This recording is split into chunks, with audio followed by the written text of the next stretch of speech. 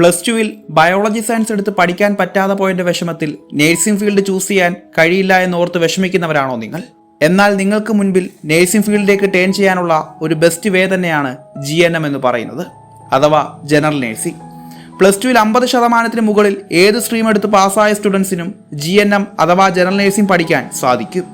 GNM ഒരു 3 വർഷ diploma programme ആയതുകൊണ്ട് തന്നെ +2 കഴിഞ്ഞ പല സ്റ്റുഡൻസിനും ഉണ്ടാകാറുള്ള ഒരു സംശയമാണ്, BSc നേഴ്സിംഗുകാരെ പോലെ തന്നെ സാലറിയും ജോബ് വേക്കൻസിയും ഒക്കെ GNM പഠിച്ചവർക്കും കിട്ടുമോ, അങ്ങനെ പലതും.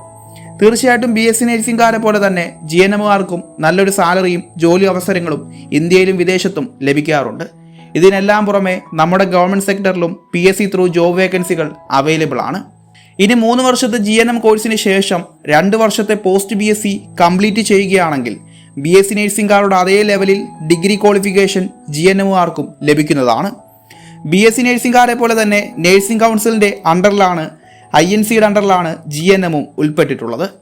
GNMന് കേരളത്തിൽ കുഹാസ് അഥവാ Kerala university of health and സയൻസിൻ്റെ അണ്ടറിലും തമിഴ്നാട്ടിൽ MGR യൂണിവേഴ്സിറ്റിയുടെ അണ്ടറിലും കർണാടക ഭാഗത്ത് രാജീവ് ഗാന്ധി യൂണിവേഴ്സിറ്റിയുടെ അണ്ടറിലുമാണ് അഡ്മിഷൻ ലഭിക്കുക. കോളേജ് ചൂസ് ചെയ്യുമ്പോൾ INC KNC അംഗീകാരമുള്ള ഓൺ ഹോസ്പിറ്റലുള്ള കോളേജുകൾ തന്നെ മാക്സിമം തിരഞ്ഞെടുക്കാൻ ശ്രമിക്കുക. ഫസ്റ്റ് ഇയർ മുതൽ പ്രാക്ടിക്കൽ നോളജൊക്കെ തരുന്ന നല്ലൊരു കോളേജ് എപ്പോഴും തിരഞ്ഞെടുക്കുന്നത് നമുക്ക് നല്ലതായിരിക്കും. ഇനി BSc നേഴ്സിലേക്ക് വന്നാലും ഇതൊക്കെ തന്നെയാണ് പ്രധാനമായും പറയാനുള്ളത്. ഇന്ന് പലരും +2 കഴിഞ്ഞ് BSc നേഴ്സിംഗ് ചൂസ് ചെയ്യുന്നത് എന്തുകൊണ്ടായിരിക്കും? ഒരിക്കലും അവസാനിക്കാത്ത കരിയർ സാധ്യത എന്നത് തന്നെയാണ് ഇതിനുത്തരം.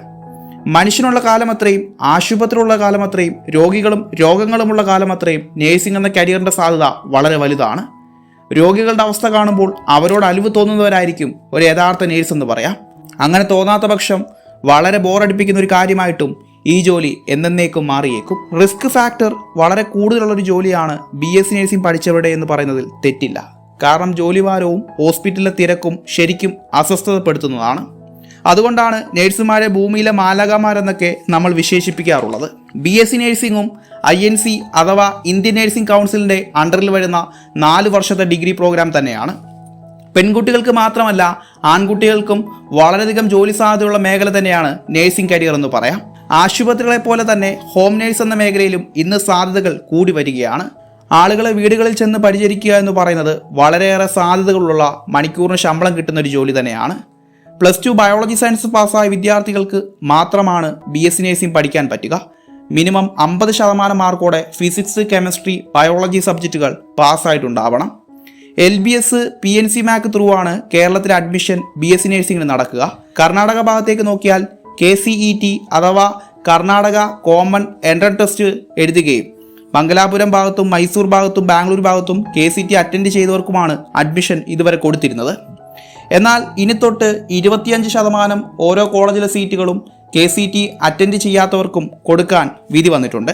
തമിഴ്നാട് ഭാഗത്തേക്കൊക്കെ എൻട്രൻസ് ഇല്ലാതെയും അഡ്മിഷൻ എടുക്കാൻ കഴിയും.